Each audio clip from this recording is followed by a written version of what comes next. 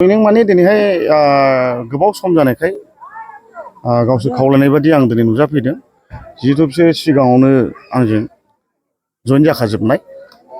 दा दिनै बिसोर मिटिं खेबसे खालामबा मोजां जायो होननानै दिनैहाय बेयाव बानायफैनाय जादों। दा बेनि गेजेरजों दिनैहाय बेयाव माखासे थाबथालांनाय दंबावोमोन। थाबथालांनाय गासिबाव 80 न'खर दं।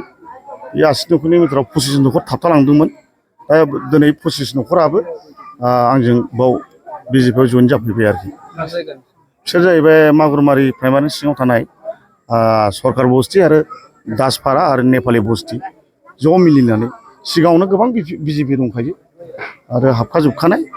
आंबो बिराद गोबाव जाबाय बेनि फार्स्ट दिनै मिटिं खालामफैनाया बाव रायजोफ्रा खावलायनाय बादि बे अबस्थाखौ लानानै दिनै माखासे जेनाखि जइन जानो गोनां दंबावोमोन बे 25 न'खरा दिनै जाबावबाय आरोखि बेनो।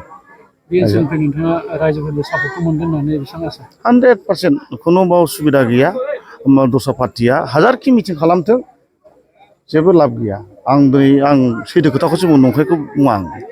मानसिफ्रा ओंखारगोन न' दाउट भटआबो बिबारावनो गोलैगोन। मानो हाबा जानो, बेथ' राजनिति हिसाबै बय हाबगोन, बुजायगोन, फैगोन। हाब्लाबो जेबो खामानि जानाय नङा। आजिखालिनि रायजो राजाफ्राथ' बुजिजोबखाबाय जायखि पार्टियानो मिटिं खालामा मानो ओंखारो, नङा होमबा? खिन्थु आंहा बाव साफ्रोमबो गिदिर गिदिर नेताफोर दंखाजोबो। ओंखायनो आंहा सिन्था खालामनांगौ गैया। आरो बिथांमोना आंखौ गावसोरनो लिंहरदों, आं फैयाखैबो। आरो बे जायगायाव आं गोबां खामानि मावना होदों सिगाङावबो। लामा कारेन्ट बिथांमोना बेनिफ्रायनो आंखौ गारनो हाया।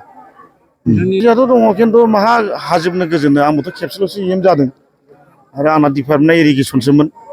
जोंनाथ' प्रब्लेमा बांसिन लामा सामायासो जायो।